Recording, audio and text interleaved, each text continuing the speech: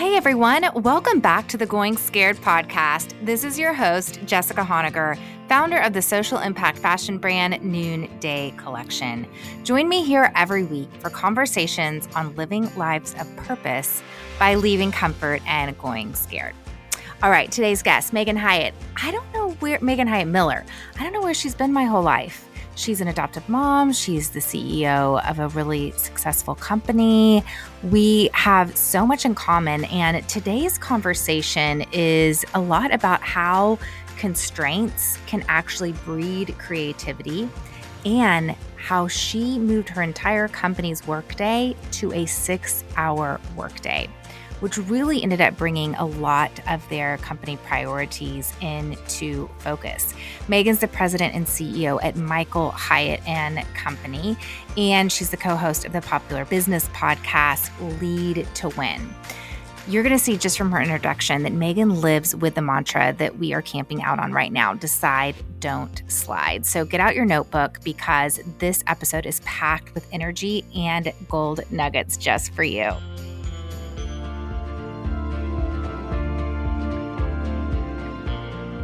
Okay, so Megan is the CEO at Michael Hyatt Co. And listen, Megan, when I read about this, I am so happy that you guys were named as one of Inc. magazine's best workplaces for 2020. Yeah, thank you. We were really honored by that. Yeah. Deal. It is a big deal. It's especially neat because it's all about your employee engagement. You know, there's nothing we can do about it when it happens. The way that whole process works, it has to do with what our employees have to say. And so it's especially meaningful because of that. Oh, it is so meaningful. We finally, in the Direct Sales Association does its own, separate. Yeah. We got named one of the best places to work this last year. And we have been trying for years. Yeah. But it's like you said, you get a couple of people that are unhappy and right. You're not going to. That's all it takes. That's right. Scores are not going to get you on the list. So true. So interesting. What do you think it was about 2020 that really brought your team together? Well, I think that one of our values is prioritizing people, one of our core values. And I think that in 2020, like every entrepreneur and business owner and leader, we kind of had a choice to make about how we were going to go through this crisis, a crisis that, of course, we didn't know the full scope of for many, many months. But we really chose to lean into how do we care for the whole person. I think probably a lot of people had this experience. It was quickly apparent that the lines between work and personal were going to be blurred very quickly. Mm-hmm. And that as we had toddlers crawling all over us and kids trying to do remote school, and it was hard to get your groceries and we couldn't find toilet paper anywhere, life got really hard there. And we made a kind of a major adjustment. I don't think this is the primary thing probably that enabled us to win that award, but I think it was significant to our employees. We heard from people, gosh, working an 8-hour day right now feels like working a 16-hour day. It's like we're moving through mud, the anxiety, the emotional strain, all of that. And so we actually, as an experiment, chose to shorten our workday to a 6-hour workday from 9 to 3 so that people would have time to be with their families after work or to just care for their personal health and well-being. And what was amazing about that was that, first of all, we didn't cut anybody's pay. We didn't have to lay anybody off. But we certainly cut our work time by 25%. But our financial results were actually 50% better on the bottom line than what we had projected for the year, which is already pretty aggressive. So I think that why that matters is because I think we were proving to ourselves and also to our clients and others, hey, it's possible to take care of people, to care for the whole person and have great business results. It's really not something that you have to choose between. And I think that means a lot to our team. So how were you able to drive? Do you think people just got better at prioritizing? What happened there? Well, here's the kind of big idea is that this is something that my dad and I talk about in our new book called Win at Work and Succeed at Life. We talk about this idea that constraints drive innovation and productivity and freedom. And I think that that's true at a personal level. I think that's true at an organizational level. And this is actually something that I've been doing for a long time, this kind of 6-hour workday. And that's not essential to having balance in your life by any means. But for me, it was driven by the fact that I had children with special needs. I have 5 kids, three of whom are adopted and two of whom have some special needs. And, I really knew in order for them to heal, for them to really get to a place of thriving, that they needed my attention. Like it was kind of like mom, couldn't be delegated. So, what happened for me when I made a decision to shorten my workday, put those constraints in place, is I started making way better decisions about what I invested my time in, that there was no time to waste on things that weren't delivering a significant result or weren't high leverage, as we often talk about. I really had to be focused on the non-negotiables, the things that were driving results in our business. And for me, it just, the constraints actually brought a lot of clarity and even simplicity to the process of decision making, because there wasn't enough time to do it all. I could only do the things that were the most important. And I think that's been true also for our team as we've gone through this experiment. How has there's so many questions I want to ask you. I don't know why we've not become best friends, because I didn't know you were an adoptive mom. Yeah. That's so cool. We're going to Uganda. Our middle Are boys you are from serious? Uganda. Yeah, we're going in just a few weeks. We got our travel vaccines this morning. I have sore arms to prove it. Oh, that's to go see their birth families. Yeah. How old is your Ugandan daughter? Boys, actually. Boys. So yeah, they're 12 and 10. And then we adopted a baby from Florida 2 years ago. So we have two older children. So 20 to 2. It's just like every stage we've got represented all at the same time. Have you guys kept up going to Uganda, or is this kind of their first time No, this is back? the first time. We've had contact with the birth families recently in the last about 6 months, and there's many of them. And so this is a big trip. I mean, it's like equal parts anxiety and excitement and anticipation. So it's going to be a big one. That is amazing. Yeah. We took Jack. I have a son from Rwanda, and we took him 2 years ago for his 10th birthday. And it was awesome. And okay, I need tips from you. Oh gosh. It was so good. So good. Okay. So your book, Win at Work and Succeed at Life. I am curious, what is your professional journey? Because your dad, you are now running your dad's company. My kids are always asking me, like, am I going to take over Noonday someday? I'm like, I don't know. So tell us how that came to be. I'm super curious about that. Well, it really actually kind of ties into my adoption story. So we adopted our boys in 2011. I got married in 2009, instantly became bonus mom to my husband's 2 kids. And then about a year and a half later, we adopted our boys from Uganda. And I thought I was going to be a stay-at-home mom. I took about 9 months off and frankly was kind of overwhelmed by the reality of all the needs of kids who, come from hard places. And so I thought that was going to happen and, that I'd be a stay-at-home mom. And meanwhile, my dad had left his role as the CEO of Thomas Nelson Publishers, which is now HarperCollins Christian Publishing, and started a business. And he just said, hey, why don't you come work for me, part-time? He was starting some new things. And so I said, okay, I'd really like to see adults again. I really feel like that would be a nice break from all the craziness of the kids. Well, that just mushroomed. And quickly, I took on more and more responsibility. And before very long, I was working full-time. And there was kind of this moment within about 2 or 3 years of the beginning of that where the business was taking off, and he came to me and he said, Megan, I really feel like what the business needs is for me to be freed up to do some more kind of futuristic thinking, for you to become the chief operating officer. And I think that's really going to kind of set us up to go into the future and take advantage of a bunch of opportunities that are coming our way. And when he said that to me, my heart just kind of sank, because on the one hand, of course, I'm like, this is the opportunity of a lifetime. I love building new things. I'm all about new. This is like so exciting. And on the other hand, I'm looking at my kids and I'm like, there is no plan B. Like it's, these kids need a mom. They need their parents' full attention after school. Like I can't delegate that to anybody. I can't afford to ignore that and compromise their healing. I mean, they were a really critical part of their story. And so I felt like I was faced with this impossible choice where no matter what I chose, there was going to be a loss. And about that time, I went to a conference and I heard a woman speak who is a woman CEO, probably the only woman CEO I had ever heard speak or had any contact with. She's about 10 years older than I am. And she said that after a period of having been really out of balance, she kind of reevaluated things, and she decided that there were no professional opportunities that came her way after 3:30 p.m. that were worth the trade-off of neglecting, her kids and their kind of emotional needs. That she was basically choosing to prioritize her kids from 3:30 on in the afternoon. They were like school age, at this point.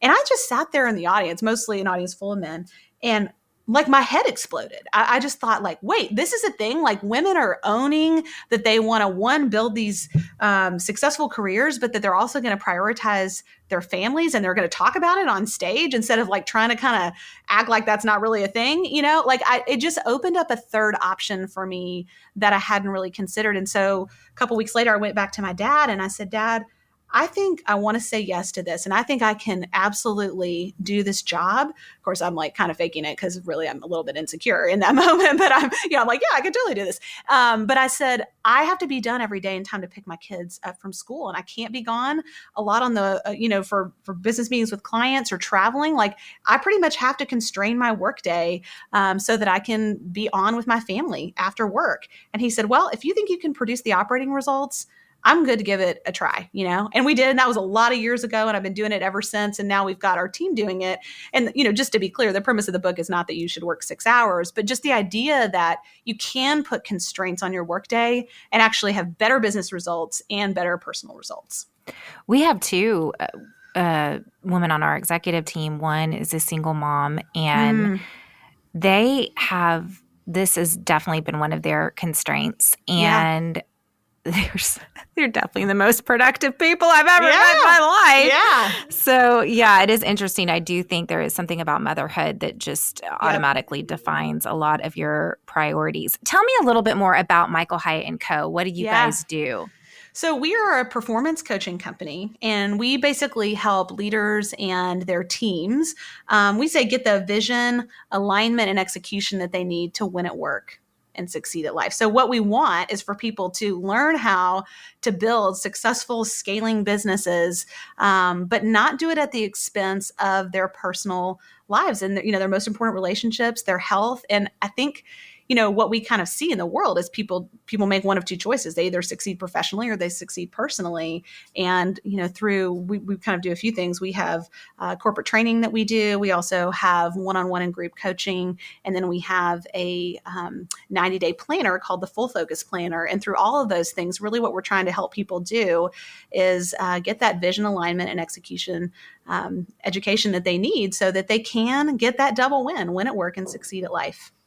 So the team that you're managing is a lot of the coaches and the instructors? Yeah. So we have about 55 full-time employees and growing. We're hiring people every week. We're hiring about 20 people this year. Oh my gosh. Yeah. And then we have about 15 coaches as a part of our coaching program. We have about 700 coaching clients who are business owners and senior executives.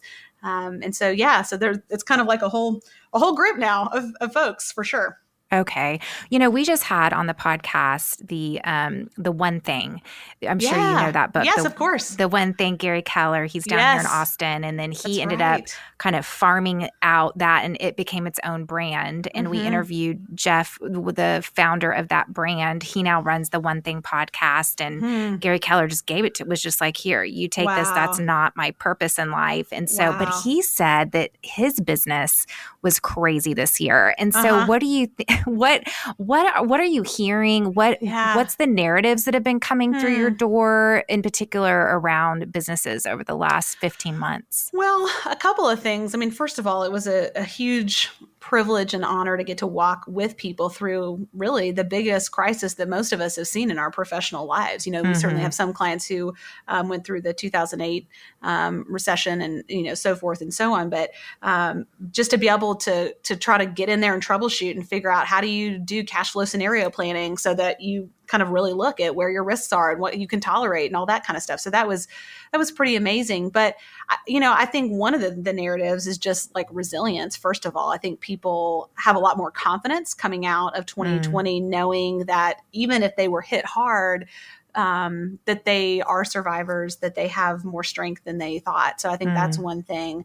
I also think people are really tired. I think that 2020 was an exhausting year for all of us, even if things were okay in your business. And, most of us had some impact to our business that emotionally, just especially if you're a leader caring for a team, especially if you're a parent. There's so many reasons for this, but just the almost like collective trauma that we all experienced, I think is a lot. And so people we're finding are coming to us as new clients like, I can't keep doing it like I'm doing it. I've got to find a third way because the kind of hustle and, just white knuckling that got me through 2020 is not something I can sustain. And so I need to learn a better way. I need to learn, something that feels sustainable where I don't have to make these compromises, but also I think one of the other fun things was just a lot of innovation. I mean, people got really creative. I don't know about you. I'm sure you did, like it was just so amazing to see what people are capable of and what solutions they came up with, which I think again contributes to that confidence in the future. Yes, it was very invigorating. If you're an entrepreneur, it was like the time of my life. Yeah. I do feel like we're emerging with these two different perspectives in a way that a lot of people are saying, oh my gosh, I learned boundaries. And especially those of us that traveled for work. I mean, so my schedule, I have found myself going, oh, my schedule was cleared and that's what Bill and Melinda Gates, he said the same thing. That's why they're going through this divorce because he's like, oh my gosh, but we were living together for the first time. Yes, so in some ways, some people felt like they, quote unquote, it's not working less, but they did maybe discover new areas of margin in their lives when you remove travel and even the commute from work to office, simplified things. But then there's this other perspective of like, no, I've worked more than ever, especially I have friends that are consultants that used to just use their plane time to just decompress, even if you think about checking in at the airport and getting that coffee, whereas now it's just back to back, zoom. So it's interesting because your book came out at such an interesting time where it's like, well, are we overworking right now? Because I think a lot of us had the sentiment of like, no, actually we chilled out this last year and we found new margin. Yeah. But I think actually a lot of people have found that blur between life and home actually created more work. What have you seen and how does your book kind of speak to that? Well, I think, a couple things. One, definitely there's a sentiment of burnout, that emotionally and physically, a lot of people just sideline self-care because it's hard to think about that when you're just kind of in that survival place. And so a lot of our rituals and things that were kind of the baseline for taking care of ourselves have been really disrupted. I mean, when everything gets disrupted, those foundational things can also be disrupted. So I think we're hearing that a lot as well. I think a lot of people are also adjusting to remote work for the first time, or at least totally remote work for the first time.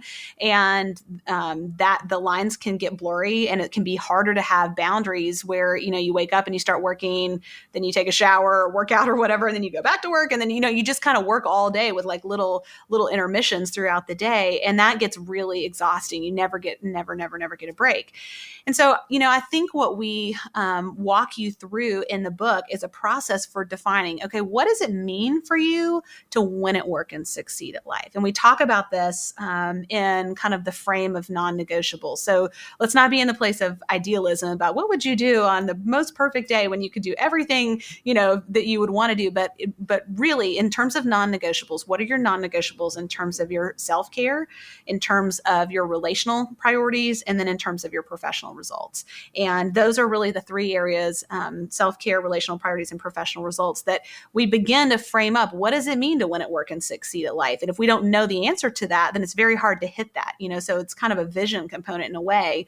And then we talk you through this idea of putting constraints in place around your workday. When are you going to start working and when are you going to stop working? Because if we don't do that, there's not going to be enough time for the other parts of your life that really matter. And the funny thing that happens here when you put constraints in place is that generally your performance improves and your results improve. So we're not advocating for you compromising your results. We're actually saying, in a way, take a stand for your results, but do it in an unconventional way by putting these constraints in place. And so from there, we want you to schedule the things that really matter, those non-negotiables. Your calendar is your friend. It's kind of like, I don't know if you remember this, Jessica, but that old video from Stephen Covey where he's putting the rocks in the glass cylinder. Did you ever see that video? I don't. That's not ringing a bell. Okay, you have to. I'm a 7 on the Enneagram, so productivity is not what drives me. Yeah. Okay. Well, it's a funny video because it's like a really grainy video, probably from the late 80s. But he shows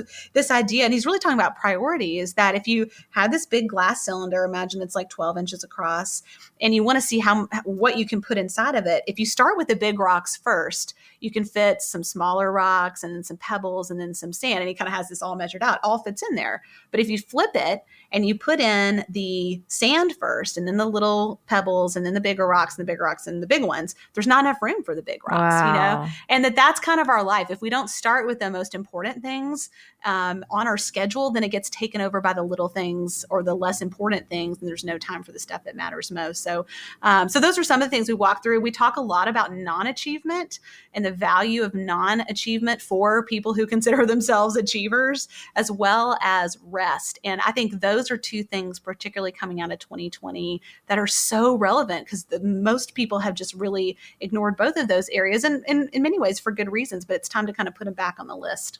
Mm-hmm. Tell me, how do you differentiate between overwork and working hard? Because for me, and I'm sure you probably read the Adam Grant article about languishing. Yes, I did. That has been so formative for me in the last few weeks because it just definitely gave me a word for this what I'd been feeling, you know, like I'm not depressed. I just don't have the normal motivation that I have. And I normally bring a lot of energy to my work and I have not been bringing that energy, but I'm working. I have to work. Sure. But I'm having to really, you know, kind of do the thing. And then it all comes, you know, then, you know, it's good. I mean, part of me is just, we are still all remote and that is hard. It's hard. That's that I draw energy from people. So I'm having to, you know, I'm finding ways to get my energy back by just requiring meetings in person. Yeah, I'm with you on that. But when I read that, I just really identified with it. And I love his answer. One of the antidotes is flow.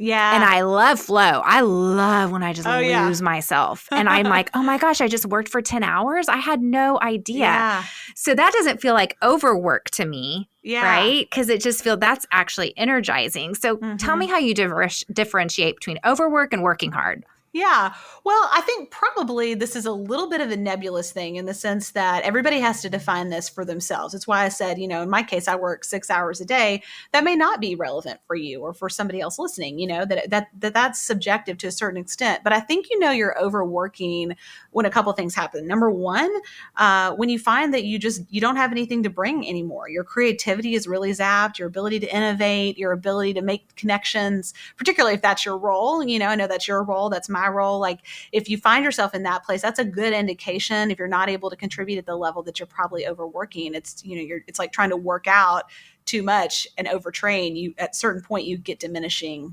returns, you know. So I think that's one thing. Also, if you find that you're neglecting the other domains of your life, you know, we talk in the book Win at Work and Succeed at Life about 10 life domains. You know, we have a spiritual domain, an intellectual domain, emotional, physical, marital or romantic, parental for those that applies to, social, vocational, avocational, financial. So vocational is one, but it shouldn't be the only one. It shouldn't be the primary or singular orientation of our life. Certainly, it may take up the most time in our day, but there's a lot of life, you know, to be lived outside of that. We talk about this idea of non-achievement in the book. And, you know, if you want to be able to perform at the highest level in your work, to really get in that state of flow, you've got to be very intentional about your time outside of work. If we look at professional athletes, for example, like Serena Williams or Tom Brady, you know, how they think about their time outside of work, how they're nurturing their body, their mind, you know, creatively, all that kind of stuff is so critical to their ability to perform on the field. And so often we think, you know, more is more, but it's actually diminishing returns. We're not getting more out of putting more time in. We're getting less, actually. I love that. I love thinking about my time off work as being just as critical to my time at work. Yeah. So that I can really bring my best self. Okay, so we've talked a little bit about this work-life balance. And first of all, I do want to say, because I just want to say that if you are a woman who is not getting off work at 3:30. Yeah. Your kids are not going to be screwed up for the rest of their lives. Totally. Thank you for saying that. That's so important because I think this is about defining it for yourself. And like for me, that was really relevant because my unique context with my kids, I know there's a certain amount of privilege that's attached to that also. It's important to say this is really just about getting clear on what matters most to you. It's not about it looking like any one thing. Thank you for saying that's really important. Well, I mean, I've just been in that when my kids were little. I did. I worked a ton. I work actually more than I'm working now because I was in the building the plane as it was flying phase. Right. And I had just a group of nannies that now just loves my kids passionately. And I look and see how formative they were on my kids' lives. And now I'm in this weird no man's land where it's like I've got a 6th, 7th, and 9th grader. They don't want a nanny. We tried to have, we had a nanny like when we were doing online school, and I was like, oh my gosh. Oh, that was the worst. No. And my husband and I, my husband for a while was the full-time home keeper. Yeah. And then actually at the beginning of COVID, he's now owns a business, a welding studio. Oh, wow. So he is now an entrepreneur. I'm an entrepreneur. So that was crazy because it was like, oh my gosh, he's not as available as he always was. Right. So we had to hire a Manny, and my kids hated it. No, get rid of the Manny. We're That's too hilarious. old for this. So now Right. it's this thing where, like, we are. Both my husband and I are picking up the kids at 3. I have my calendar blocked from like 3:15 to 3:45. It's so odd, and everyone kind of just schedules meetings around that time. Yep. So I just want to say, I think a big stumbling block for women is comparison. So please just listen to that and know that you gotta define what success looks like for you. But let's talk about the man. Let's talk about, I don't think men often get asked about this work-life balance. True. So what have you brought to that conversation? Yeah. I'm sure you work with a lot of men. I do work with a lot of men, although our company is over 50% women, which is really fun. We have great men, we have great women. It's, it's awesome. But, I'll never forget going to school. This was a season where I wasn't picking up, kids after school. And my son's teacher said to me, this is kindergarten, this was a lot of years ago. She said, "Oh, well, it's good to see you. We were wondering if everything was okay." And I was like, "Oh, what do you mean?" And she said, "Well, we had just seen your husband picking up in the afternoon." And I was like, "Because we're co-parents, right? That's what we were doing."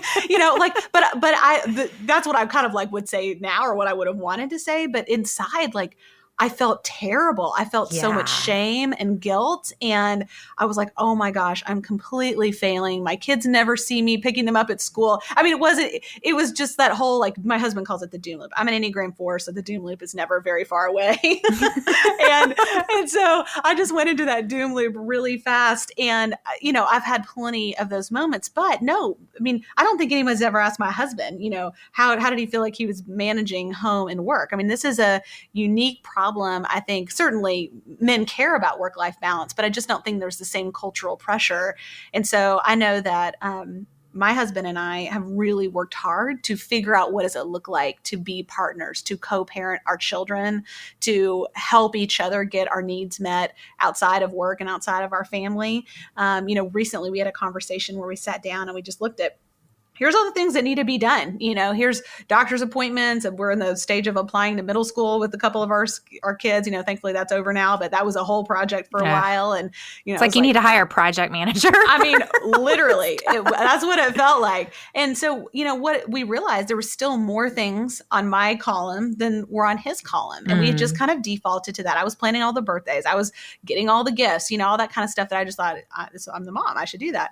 And he was like, I can take some of this, honey. Like, let's divide it up. And it was just a good reminder that, at least for me, I don't know about you, Jessica, but I can forget to sit down and negotiate. Like, I can just assume things. And then fortunately I have a husband who's willing to jump in and help, but I've got to remember sometimes to initiate those conversations and to negotiate and advocate for myself so that it is more equitable, My husband and I recently realized that I was holding him accountable for the orthodontist, and he was holding me accountable. No, you're the orthodontist parent, honey. Come on. That's hilarious. Yeah, you do want to be no, clear you're on the that. orthodontist parent. I don't want to be the orthodontist parent. Right. Can we get someone else to do this? Oh, that's funny. Oh my gosh. I love Okay, that. talk to us about the double win. Yeah. Well, so the double win is this idea of winning at work and succeeding at life. And there's kind of two options that were presented in culture, especially like influencer culture or, I think entrepreneurial culture, like that's kind of the world that I live in a lot. And I know you do too, that there's this whole like hashtag hustle, all that kind of stuff. So the hustle fallacy is one option that we're given, which basically says, hey, this is just going to be temporary, but for just a little while, you're going to need to double down. You're going to need to, neglect your relationships, neglect your health because you're launching this business or, you're writing this book or you've got this new thing that's happening and it's okay. Like, your family can just kind of like deal with it for a little while you go over here and do this thing and it'll be worth it.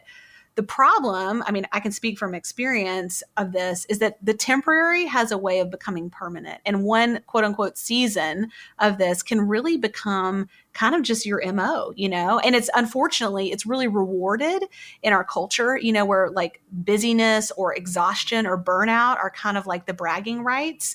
And I think we've created a really big monster with this hustle fallacy.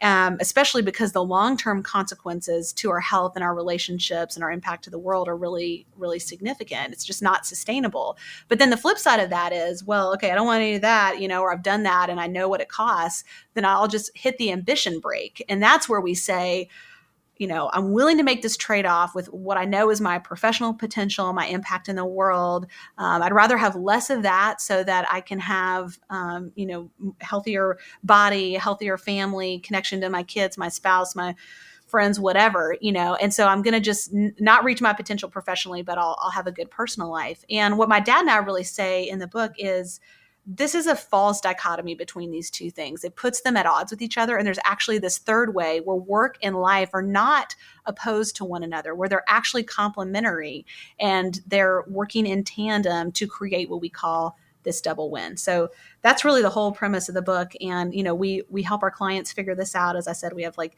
700 business owner clients and they're all figuring out how to do this in their own businesses and their own lives. And it's really rewarding because we know that the trajectory of their life is different as a result, What sort of size business is your target client?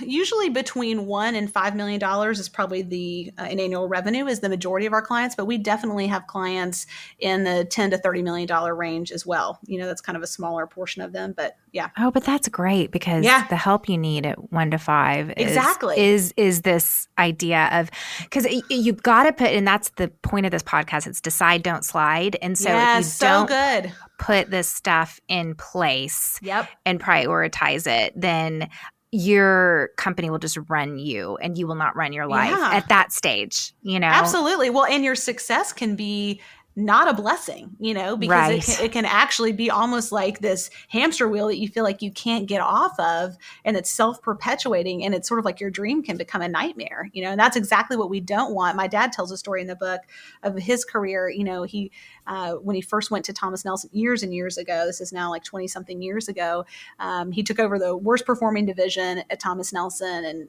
totally turned it around. He was so proud of himself. And he like walks into my mom with his big bonus check, bigger than his annual salary. And he thought she was going to be just so proud because he is like, providing for the family or whatever. And she sat him down and basically just said, I feel like a single parent. I feel like you're never around and your girls, I'm one of 5 girls, your girls are growing up without their dad around and something has to change, like this, the money does not make up for your absence. And that was really the catalyst for him of making a choice to figure out how to pursue success in a different way that wasn't going to leave him with regrets at the end of his life. Did you, when he made that switch, how old were you? Like how I was late in high school. Yeah. Okay, I mean, it was my whole life that he was really a workaholic. I mean, we've always been close, but we tell the story very openly in the book. I mean, there were many things he was not there for because in his mind, he thought he was doing the right thing, right? Like providing for his family and not that that's not important. Of course it is important, but it came at such a high cost. The good thing is that he had a dramatic turnaround and that hard story is now really the seed and the foundation of the work that we do for our clients to help them get the opportunity to intervene before it gets to that point, Have you always been close to your dad? Yeah, I have. We're really similar in our personalities and we just naturally communicate well together. I mean, I think it's part of what makes us great business partners and leading our business together. So it's really fun. People ask me all the time, because I think, unfortunately, a lot of times family businesses are just a disaster behind the scenes and dysfunctional and all that. And I feel really fortunate that that's not our case, that it's what it seems like. It's really fun. It's really healthy. It's really productive, all that. I love that so much. What do you think that we are going to carry over into this? Like, what's going to be our new normal?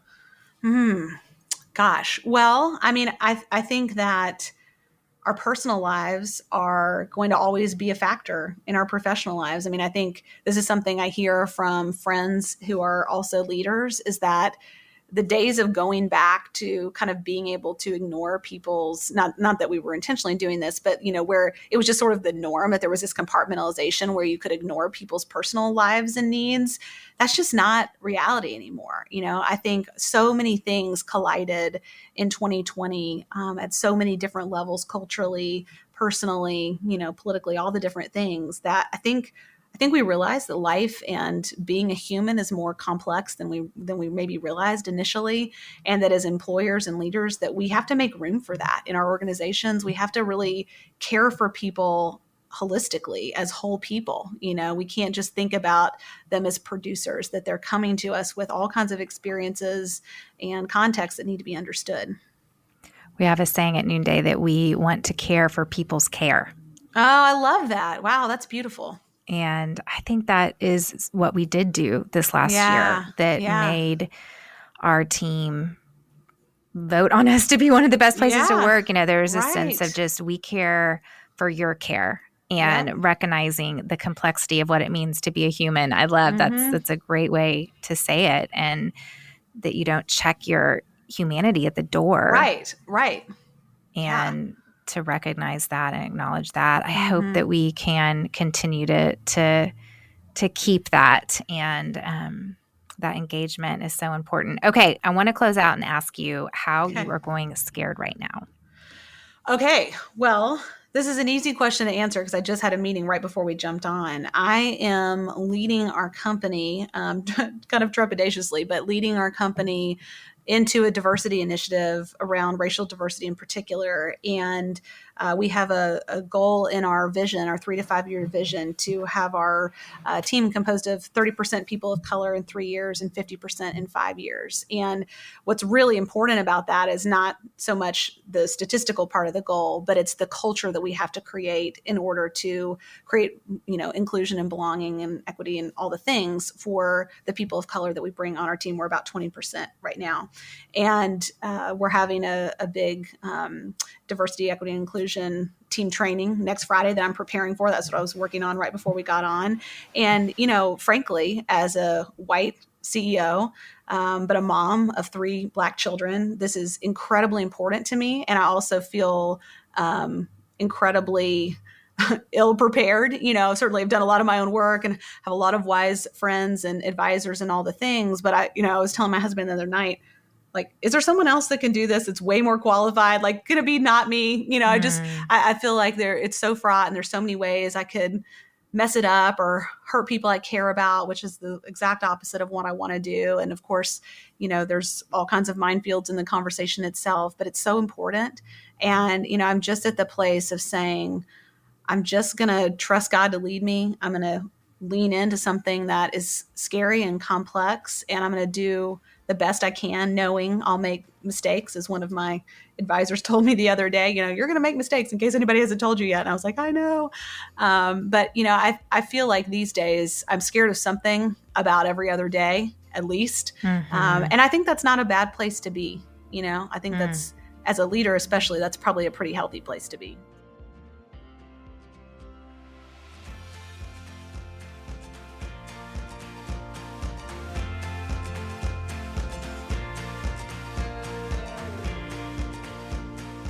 I love how Megan lives in the space of and, that you can want, build, and have a scaling business, and you can have a fulfilled life with your family and with your kids and all of the other priorities that you are living and leaning into. The double win. It's the double win. So if COVID has taught us anything, it's that white knuckling through life, it's not sustainable. And being clear of your non-negotiables and building around those is the foundation for deciding and not sliding. Oh, I've been loving these conversations. I hope you are too. Tell a friend, guys. That's how our podcast audience grows. It's such an easy way to just connect with somebody, send them the link to the podcast, post it on your Instagram, however you want to share it. It would be an honor. Make sure you tag me, Jessica Honegger. That is 2 G's and 1 N. Our wonderful music for today's show is by my good friend Ellie Holcomb. Going Scared is produced by Eddie Kofoltz, and I'm Jessica Honegger. Until next time, let's take each other by the hand and keep going scared.